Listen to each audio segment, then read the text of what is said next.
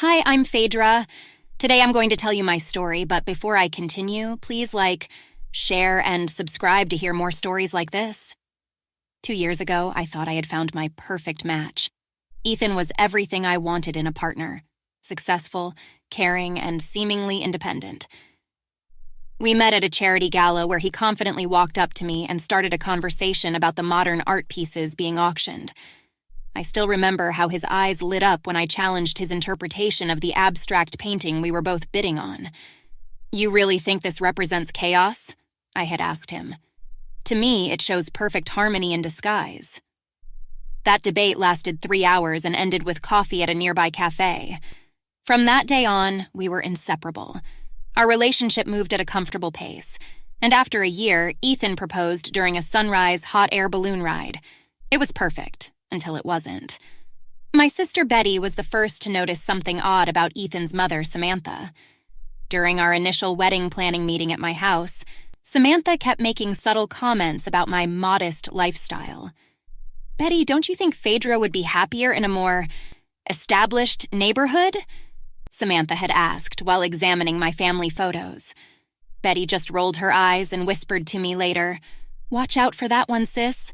She's got control written all over her Botoxed forehead." My best friend Nicole was more direct about it. During our cake tasting session, when Samantha insisted on an imported French designer cake that cost more than my car, Nicole pulled me aside.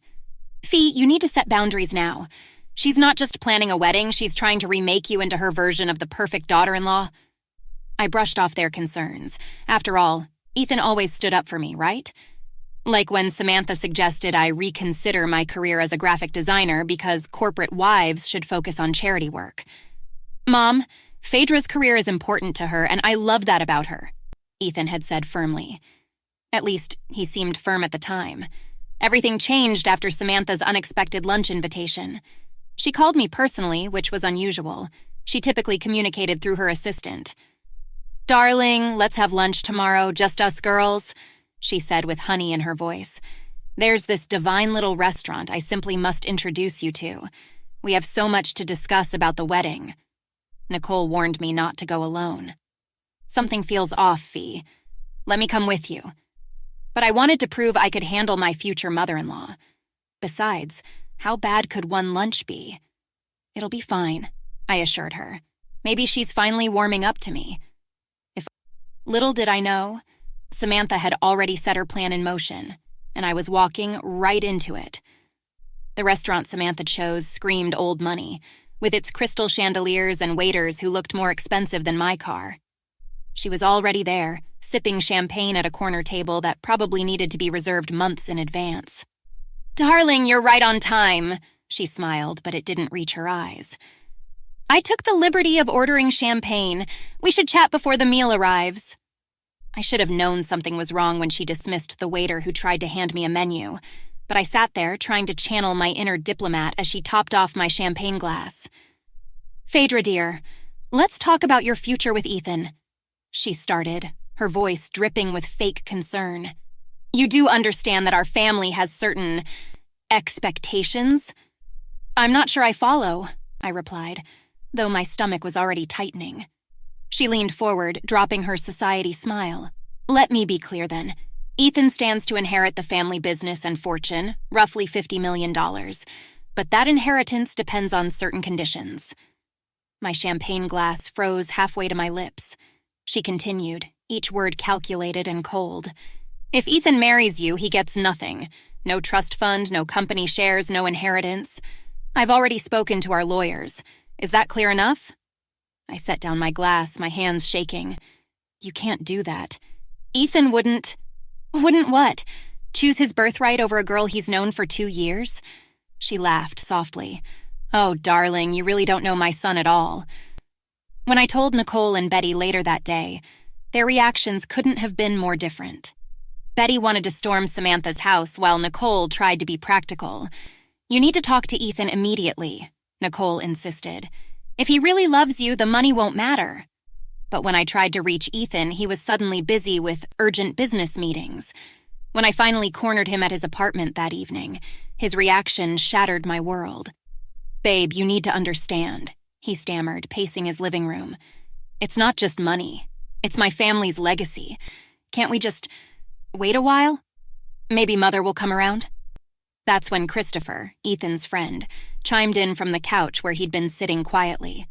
"Phaedra, you're being unreasonable. This is generations of family wealth we're talking about. Any sensible person would think twice." I stared at them both, these men defending the indefensible. Think twice about what? Selling out someone you claim to love? Ethan wouldn't meet my eyes. "I just need time to figure things out.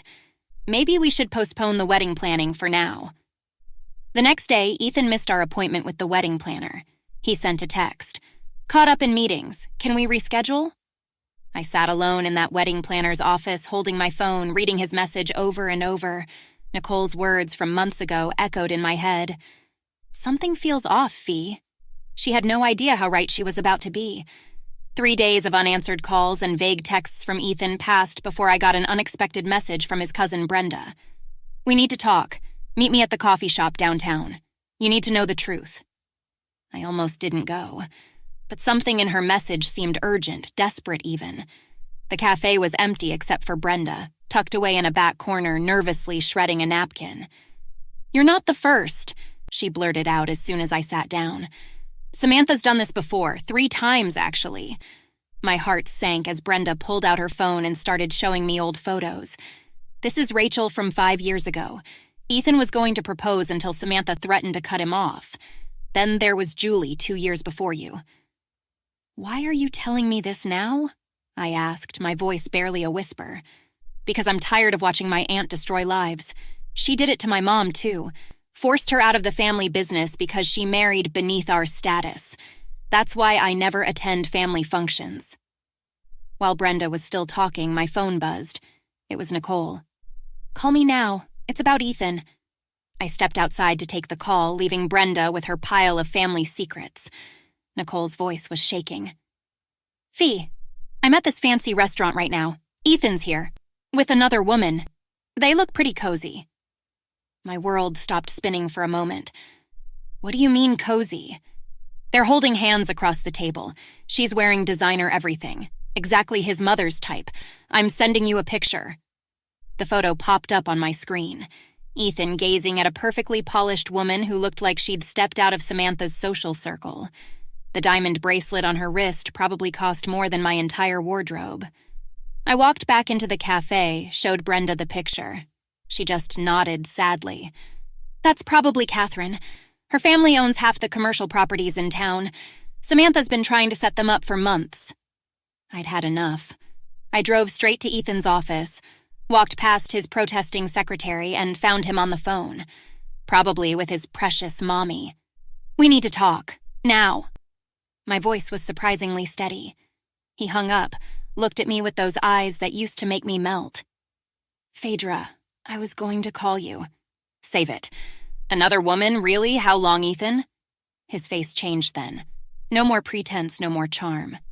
"Mother introduced us last week. She comes from the right kind of family, understands our world." "Your world of buying and selling people's feelings? Don't be dramatic." He sighed. "This is business. Mother's right. We're from different worlds. Catherine knows how to be the kind of wife I need." Christopher chose that moment to walk in. "Phaedra, you're making a scene. This isn't the place for the kind of wife you need." I cut him off. "You mean someone as soulless as you and your mother?" Ethan stood up, straightened his designer tie. "I'm calling off the wedding. Mother's lawyers will handle the details." I looked at them both, Ethan and Christopher. 2 men I thought I knew, standing there in their expensive suits, defending the indefensible. "You know what's funny?" I said, my hand on the doorknob. "I actually felt sorry for you once, thinking you were a victim of your mother's manipulation. Now I see you're exactly like her." I walked out of that office a different person than the one who walked in, but this story wasn't over, not by a long shot. The next few weeks were a blur of action. My sister Betty turned out to be a genius at social media, while Nicole had connections at every major gossip column in town. But it was Brenda who delivered the killing blow to Samantha's reputation. "I've kept everything," Brenda told us, dumping a box of documents on my coffee table. Every manipulated relationship, every forced breakup, every business deal where she crushed someone's dreams, even proof that she forced my mom out of her rightful share of the company. Betty picked up one of the folders. This is gold. Pure gold. We didn't do anything illegal. We didn't have to. The truth was damaging enough. Nicole started with her society contacts, spreading the story of how Samantha manipulated her son's relationships. Betty made sure every charity board Samantha sat on heard about her true nature. Then came the text from Christopher. Can we talk? I was wrong about everything. I met him at a quiet cafe. He couldn't even look me in the eyes. I've known Ethan since prep school, he said, staring into his coffee. I watched Samantha do this before, and I said nothing. Did worse than nothing. I helped justify it. I'm sorry. Save your apology, I replied. You're only sorry because now everyone knows the truth. No, I really mean it. Stop. You don't get to feel better about yourself. Not now. I left him sitting there, just as Ethan's name flashed on my phone. I declined the call, but the voicemail came anyway. Phaedra, please. Things are falling apart here. Mother's losing her positions on every board.